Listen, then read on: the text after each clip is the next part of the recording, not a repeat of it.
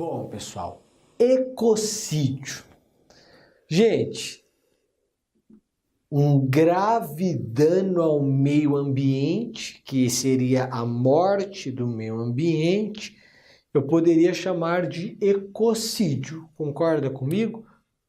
Concordo. Essa ideia torna tudo mais simples aqui. O Tribunal Penal Internacional decidiu no final de 2016 reconhecer o ecocídio como um crime contra a humanidade. Então pode vir na sua prova. O ecocídio nada mais é do que a destruição em larga escala do meio ambiente. Então ele matou o meio ambiente em larga escala, por isso que é um ecocídio. Em caso de comprovação do ecocídio, as vítimas podem recorrer ao Tribunal Penal Internacional para obrigar os autores do crime, sejam eles empresas ou chefes de estados, autoridades, a pagar por danos morais e por danos econômicos. A responsabilidade direta e as penas de prisão, inclusive, podem ser emitidas pelo próprio Tribunal Penal Internacional, desde que esse país seja signatário do Estatuto de Roma. E o Brasil o é. O Tratado de Roma foi incorporado ao nosso ordenamento. Bom, a sentença, agora há uma exigência de que a sentença que caracteriza o ecocídio deve ser votada no mínimo por 1/3 dos seus membros. Deixa esse destaque porque vai que cai na sua prova. 1/3 dos membros do tribunal tem que votar na sentença que reconhece o ecocídio. Mas se o país for signatário, o próprio Tribunal Penal Internacional pode pedir as ordens, inclusive de prisão, e vale lembrar que o Brasil é signatário do Tratado de Roma. Evolução histórica do direito penal. Bom, o primeiro período do direito penal é um período de vingança. Então, você tem a primeira fase, que é a fase da vingança divina. O sujeito cometeu um ilícito, nós vamos punir o sujeito, nós aqui da tribo vamos punir o sujeito antes que a entidade divina puna a tribo. Então, é a ideia de punição perpetrada por entidades divinas. Quando o indivíduo cometesse a infração, ele era penalizado para que a divindade não punisse os membros da comunidade. Fase da vingança privada, homo homini lopus ou homini lopus homo, que é a ideia de Thomas Hobbes, quando ele explica que nesta fase o homem era o lobo do próprio homem, cada um por si. O sujeito defende o seu direito em face do outro sujeito. Mas em algum momento a vingança passa a ser uma titularidade exclusiva do Estado. É a vingança pública. O direito de punir passa a ser do Estado. Mas aí nós vamos avançando. E no século XVIII, um pouco antes já, começam a pipocar ideias de uma racionalidade. Um período em que o homem decide refletir. O que é melhor para o homem, para a sociedade, para o Estado? E aí começam a nascer os chamados ideais iluministas. E o que eu quero é o desenvolvimento do homem, o desenvolvimento da racionalidade. A partir daí surge a obra do Marquês de Beccaria, de César de Beccaria, conhecida como Dos Delitos e das Penas. A ideia de proporcionalidade, a ideia de a necessidade da punição ser rápida, ser a menor possível e por aí vai. Para você entender Beccaria, entenda este parágrafo de Beccaria, que diz assim: para que cada pena não seja uma violência de um ou de muitos contra um cidadão, a pena deve ser pública, o Estado que deve punir, rápida, para que haja uma resposta e para que o sujeito, então, entenda que, em razão daquilo, ele foi punido.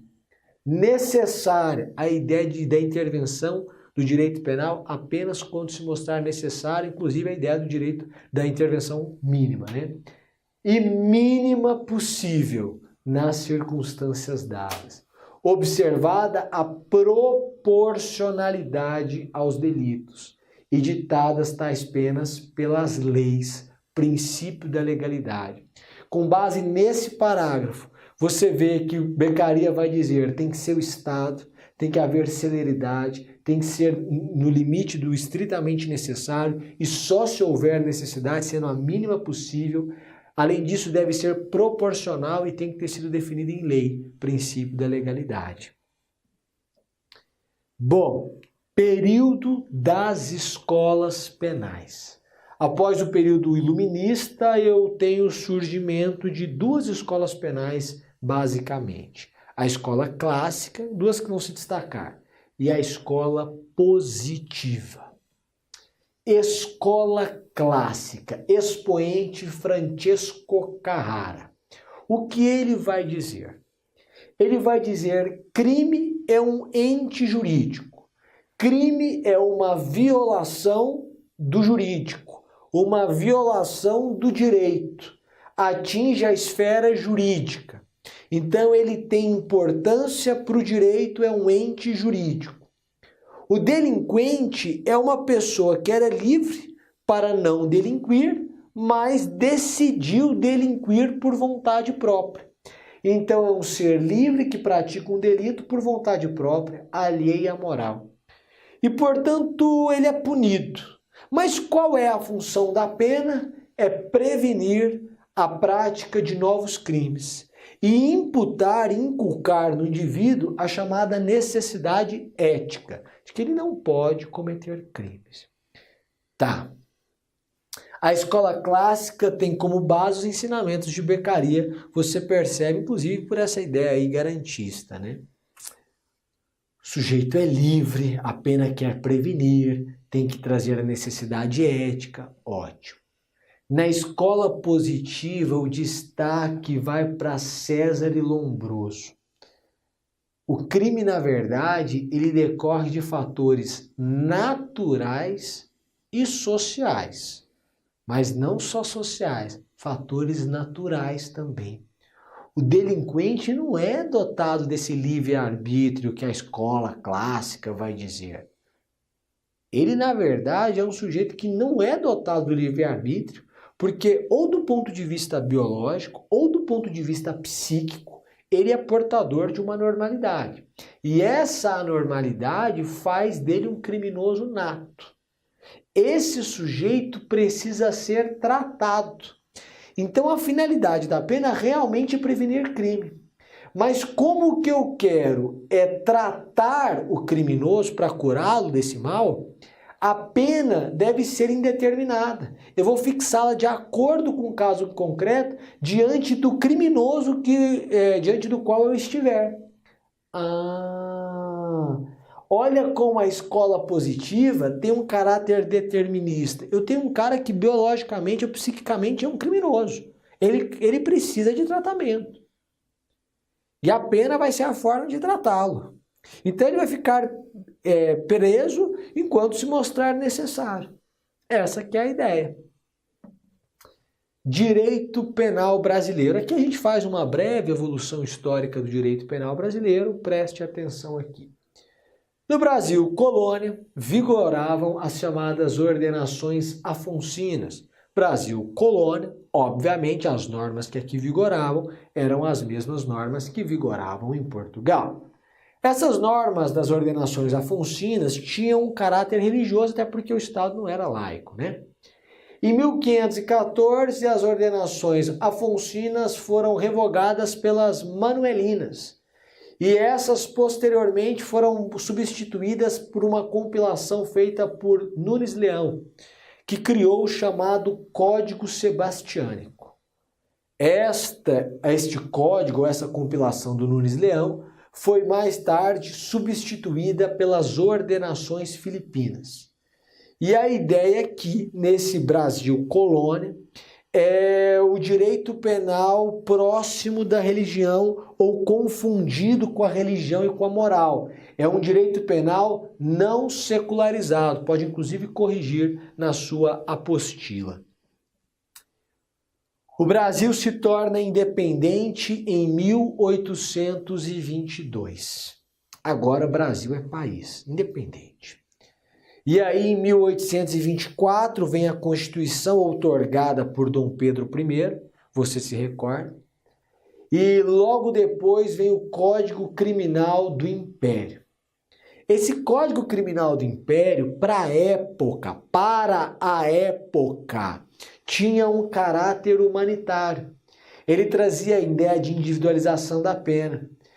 Ele vai, inclusive, limitar a pena de morte apenas aos escravos. Crimes cometidos por escravos poderiam ser punidos com pena de morte. Por quem não era escravo não poderia ser punido com pena de morte. Para a época, apresentou o caráter humanitário o Código Criminal do Império. Mas em 1889, o reinado de Dom Pedro II chega ao final. Nós temos o início da República. Em 1891, nós temos a Constituição, a nova Constituição. Mas antes disso, já em 1890, sanciona-se o Código Criminal da República. Lembrando que a República começa em 89. A Constituição de 1891 vem vedando a pena de morte e vedando a pena de caráter perpétuo. Tá, Samer, e daí? E daí que eu tenho um código republicano que vai permitir pena de prisão, pena de banimento, pena de suspensão de direitos. Mas a pena de banimento não é você pegar o sujeito e falar: sai aqui do país, aqui no meu país você não pode ficar mais. Sim, mas isso está previsto no Código Criminal da República. Só que como a Constituição dizia que a pena não poderia ter caráter perpétuo, esse banimento também teria que ser passageiro, já que é vedado o caráter perpétuo. Bom, em 1932 vem uma consolidação das leis penais realizada pelo desembargador Vicente Piragibe e recebe o nome de chamada Consolidação de Piragibe. Em 1942, 10 anos depois, entra em vigor o nosso Código Penal, que depois de 84 vai ter sua parte geral reformulada. Mas o nosso código começa em 42. Essa é, em síntese, a história do nosso direito penal brasileiro. Mas quais são as fontes do direito penal? Olha, primeiro é preciso entender uma diferença entre a doutrina clássica e a doutrina moderna. Em relação à fonte material, que é quem produz o direito penal, o órgão criador, no Brasil é a União, tem competência privativa para legislar sobre o direito penal. Em relação a assuntos específicos, a União pode delegar ao Estado, por meio de lei complementar, a competência para tratar daquele assunto específico. Mas a competência privativa é da União para legislar sobre o direito penal. Tá, essa é a fonte material, o órgão de onde emana a lei. Portanto, a fonte formal é o instrumento pelo qual se exterioriza o direito penal. A fonte formal imediata nada mais é do que a lei. E a fonte formal imediata para a doutrina clássica? Os princípios gerais do direito e os costumes são fontes formais imediatas. Tá, mas a doutrina clássica depois vai sofrer uma crítica da doutrina moderna. Tudo bem, fonte material é o órgão que produz, mas a fonte formal não pode ser só a lei. As chamadas fontes formais imediatas hoje têm que alcançar a lei, a própria Constituição que traz normas, por exemplo, o mandado de criminalização, racismo é imprescritível. Isso é um mandado.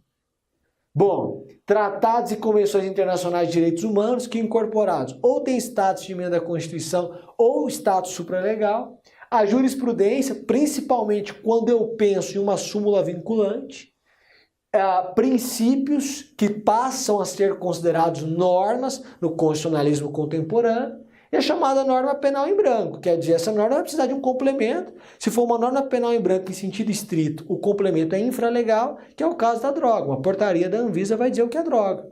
E isso também é fonte formal imediata do direito penal. Na fonte formal imediata, eu tenho a doutrina, que vai analisar essas fontes imediatas e vai chegar a conclusões. Isso também seria uma fonte formal. E a fonte informal, os costumes. Entendeu? Agora, a fonte formal imediata não pode ser apenas a lei. Falando em costume, o que é o costume? O costume é um hábito qualificado pela convicção de sua obrigatoriedade. Então, é um comportamento uniforme e constante, ou seja, um hábito. Este é o elemento objetivo do costume, qualificado pela convicção de sua obrigatoriedade, elemento subjetivo. O costume tem um elemento objetivo, que é o comportamento uniforme, reiterado, constante, e um elemento subjetivo, que é a convicção da sua obrigatoriedade. Costumes não criam infrações penais. Não, princípio da reserva legal. Mas também costume não revoga lei. Essa é a corrente prevalente. Por isso que a gente não adota o chamado princípio da adequação social. O fato do costume ter mudado não significa que a norma penal incriminadora foi revogada. Veja você que em relação à possibilidade do costume revogar lei, temos três correntes. Uma primeira corrente, de caráter abolicionista, diz que costume revoga a infração penal, formal e materialmente. Uma segunda corrente diz, materialmente, realmente, formalmente, o costume não vai revogar a lei está lá. Mas materialmente está revogada, porque não dá para você punir o sujeito se o costume mudou e ele está agindo conforme o novo costume. A norma, então, não deve ser aplicada pelo magistrado. E a terceira corrente, que é a que prevalece, diz costume não revoga a lei, nem materialmente, nem formalmente. A lei tem vigor até que outra lei a modifique ou a revogue, porque é isso que está determinado na Lei de Introdução às Normas do Direito Brasileiro. É a corrente adotada pelo Supremo, pela doutrina majoritária. Ah, está vendendo CD falso. É crime. Ah, mas todo mundo vende. É crime. Costume não revoga a lei. Características da lei penal. Aqui é tranquilo. Primeira característica de exclusividade. Somente a lei vai definir infrações e combinar sanções. Essa lei é imposta a todos, é a ideia da imperatividade. A lei se destina a todos e é de acatamento geral. Mesmo uma criança tem que observar a lei. A lei se dirige a todos abstratamente, quer dizer, ela deve ser acatada por todos, e a ideia de generalidade, e se dirige a todos. Porque, na verdade, a lei não está tratando de pessoas, ela está tratando de fatos. Ela diz matar alguém, este é um fato que nós queremos que não ocorra. Esse é o caráter impessoal da lei. Bom, em relação à classificação, aqui, certo. Em relação à classificação da lei penal, eu tenho, em sentido amplo, duas classificações, né? A lei penal pode ser incriminadora, ela prevê um preceito primário e um preceito secundário, uma conduta proibida e a pena para essa conduta. Mas ela pode ser uma lei penal não incriminadora. E aí eu vou subdividir lei penal não incriminadora em permissiva, explicativa e complementar. Na permissiva, a lei penal vem me autorizar a adotar determinado comportamento. É proibido matar, mas tem uma norma que diz, se for em legítima defesa, pode. Norma penal permissiva. Nesse caso, justificante. Ela também pode ser exculpante. Se for inexigível conduta diversa, o sujeito não pode ser punido. Ele está isento de pena, então a lei me permitiu praticar. Mas a norma penal também pode ser explicativa, interpretativa. É uma norma que explica outra norma.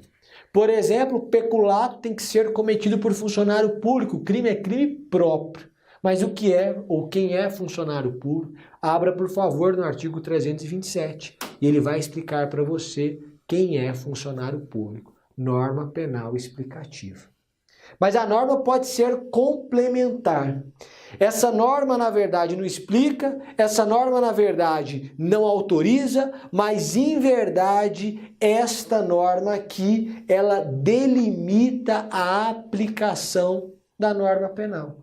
Então, quando o artigo 5º do Código Penal fala do território nacional, eu estou dizendo, fora daqui eu não aplico a norma penal, eu estou delimitando. Essa é uma norma complementar. Alguns casos eu vou admitir extraterritorialidade? Sim, você vai encontrar no artigo 7º, 8º. Isso tudo eu estou fazendo o quê? Delimitando. É uma norma complementar. Não tem caráter permissivo, não tem caráter explicativo, mas também não tem caráter incriminador. Bom, norma penal ainda pode ser de extensão ou integrativa. São as chamadas normas de adequação típica imediata, que é o caso da tentativa, que é o caso da participação. Quem entrega a faca para o outro matar terceiro, não matou, mas entregou a faca e auxiliou. Mas ele mesmo não matou. Se você ler o artigo 121, ele não se encaixa. Por isso, para ele responder, eu tenho que combinar o 121 com o 29, para dizer que quem de qualquer forma concorre para o crime incide nas penas a ele combinadas.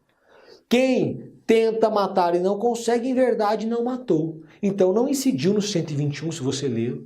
Mas para que ele responda, eu tenho que combinar o 121 com o 14, inciso 2, porque ele não alcançou o resultado por circunstâncias alheias à sua vontade.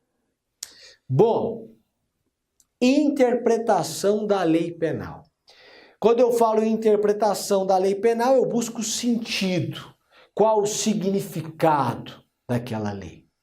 Quanto à origem, quanto ao sujeito que interpreta, a interpretação pode ser autêntica, feita pelo próprio legislador. Pode ser doutrinária, feita por estudiosos do direito. Pode ser jurisprudencial, feita pelo Poder Judiciário. Quanto ao modo, ela pode ser gramatical. Eu interpreto conforme a letra da lei. Eu busco o sentido literal da palavra. Mas também pode ser teleológica. Eu interpreto conforme a finalidade daquela norma, o que ela busca atingir. Ela pode ser uma interpretação histórica. Eu vou interpretar essa norma considerando o que motivou o legislador à época. Por que ele criou essa norma? Qual foi o fundamento de criação da norma? Ela ainda pode ser sistemática. Eu analiso a norma, mas não isoladamente. Eu considero o sistema em que ela está inserida. A interpretação pode ser progressiva. Eu interpreto a norma, mas eu vou acompanhando a evolução social. De acordo com o progresso da ciência, esse significado do texto pode ser alterado. Então eu vou alterando a norma. Interpretação progressiva. E interpretação pode ser lógica mesmo, né? Eu vou utilizar métodos indutivos, dedutivos, dialéticos, e aí eu vou encontrar o sentido da lei a partir da lógica, a partir da razão. Quanto ao resultado, a interpretação pode ser declarativa, restritiva ou extensiva. Na declarativa, o legislador disse exatamente o que queria e, portanto, o resultado que se alcança é o que está escrito no texto. Na restritiva, a verdade é que o legislador disse mais do que queria e, portanto, a interpretação vai restringir o alcance da norma. E na extensiva, o legislador disse menos do que queria e, portanto, a interpretação vai expandir, ampliar o alcance da norma, da palavra, do texto. O professor Rogério Sanches ainda fala de uma interpretação sui generis. E essa interpretação sui generis na palavra do professor pode ser tanto exofórica quanto endofórica. A interpretação sui generis é aquela dada pela norma ou dada fora da norma. Se for endofórica, dentro. Se for exofórica, fora. Se for a interpretação sui generis exofórica, eu não encontro no ordenamento o significado daquela norma. Quando o artigo 20 diz que o sujeito não vai ser punido se ele incide em erro contra os elementos do tipo, o que é tipo, o direito penal não diz, então, portanto, a doutrina vai explicar. Essa é uma interpretação sui generis exofórica, fora do ordenamento. O que é tipo, o que é dolo. Mas a interpretação sui generis pode ser endofórica. E nesse caso, o texto normativo encontra significado em outros textos normativos do mesmo ordenamento. É o que acontece quando estamos diante de uma norma penal em branco. Ela depende de um complemento, mas esse complemento é normativo. A interpretação pode ser, portanto, sui generis endofórica e sui generis exofórica. Professor Rogério Sanches que trata disso. A interpretação ainda pode ser conforme a Constituição e deve ser, lato sensu sim. Mas quando eu falo de interpretação conforme a Constituição, eu estou dizendo, existem várias possíveis ou várias possibilidades de interpretação, eu vou adotar aquela que realmente se mostre de acordo com a Constituição, aquela que se coaduna com a Constituição. Bom, formas de interpretar a lei penal. Interpretação extensiva. É possível que eu adote uma... A gente entendeu formas de interpretação. Entendeu interpretação extensiva. A pergunta que eu faço é possível uma interpretação extensiva em prejuízo do réu no âmbito do direito penal? Pelo artigo 22 do Estatuto de Roma, não. Porque se houver ambiguidade, a norma deve ser interpretada a favor da pessoa investigada ou acusada. O STJ já disse também que, em razão do princípio da estrita legalidade, eu não posso adotar interpretação extensiva. Mas a própria jurisprudência adota interpretação extensiva. Por exemplo, no conceito de arma. No crime de roubo, o roubo é majorado se há emprego de arma. O código diz arma. O que a jurisprudência diz? Arma é arma própria e também arma imprópria. Faca é arma. O que eu faço é conferir uma interpretação extensiva. O legislador disse menos do que queria, portanto a norma que ele extrai do texto amplia o seu alcance. E todo mundo aplica. O professor Eugênio Raul Zaffaroni e o professor Pierangeli, vai dizer o seguinte: é possível a interpretação extensiva em casos excepcionais, quando, na verdade, adotar uma interpretação diferente seria gerar uma teratologia. É um escândalo interpretativo. Seria uma notória irracionalidade, porque fica claro que o que se persegue aqui é uma interpretação extensiva.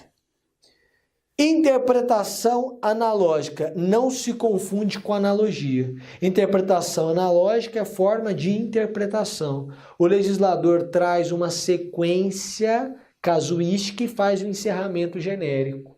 Há uma série de situações que ele pretende regular, e ele traz essa série de situações, mas ele permite que aquilo que seja semelhante àquela situação também seja abrangido pela norma. O homicídio é qualificado quando cometido mediante paga, mediante promessa de recompensa, promessa ou recompensa, ou por outro motivo torpe. E aí você vai analisar no caso concreto se aquele motivo foi torpe ou não. Na analogia, eu não tenho forma de interpretação, eu tenho forma de integração. Falta norma para regular aquele caso concreto. O que eu faço é, pego um caso semelhante ao meu e aplico a norma que se aplica àquele caso semelhante, já que onde há a mesma razão, deve haver o mesmo direito. Mas vale lembrar que, pelo princípio da reserva legal, a analogia em direito penal só pode ser em favor do réu. Analogia em malam partem não se admite, só pode ser em bonam partem, porque não é forma de interpretação, é forma de integração. Mas, cuidado, analogia é quando há uma lacuna na lei e, portanto, eu vou lá e aplico uma norma ou uma lei que regula um caso semelhante. Você não pode confundir lacuna na lei com silêncio eloquente, o silêncio intencional do legislador que não quer que se aplique aquilo para aquela situação. A analogia ainda pode ser legis ou iuris. Analogia legis. Não tem norma para o meu caso, mas tem uma norma que regula o caso semelhante, eu vou aplicar essa norma. Na analogia juris, não há norma que regula o meu caso. E não há uma norma que regula o caso semelhante. Mas há uma série de princípios que regulam aquele caso semelhante. Então eu vou pegar essa série de princípios e vou aplicar aqui. Então eu vou utilizar de princípio geral de direito que regula caso semelhante e vou integrar naquela lacuna e preencher aquela lacuna. No próximo bloco a gente volta falando de teoria geral da norma penal. Até o próximo bloco. Tchau, tchau.